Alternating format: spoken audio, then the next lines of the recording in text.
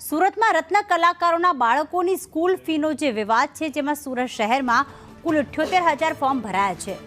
રત્ન કલાકારોના વિરોધ બાદ કલેક્ટર હરકતમાં આવ્યા અને પ્રથમ રાઉન્ડમાં શિક્ષણ સહાયના 6,094 ફોર્મને મંજૂર કરવામાં આવ્યા. 6,094 ફોર્મના 6,368 બાળકોને ફી સહાય મળશે. શાળામાં તબક્કાવાર સ્કૂલ ફી સહાય જમા કરાશે. બીજા 8,906 ફોર્મની કમિટી દ્વારા સ્ક્રુટિનીની કામગીરી ચાલી રહી છે. આવનાર બીજા ફોર્મની પણ સ્ક્રુટિની કરવામાં આવશે. સુરતના 6,000 જેટલા વિદ્યાર્થીઓના ફોર્મ તાકીદે મંજૂર કરવામાં આવ્યા છે.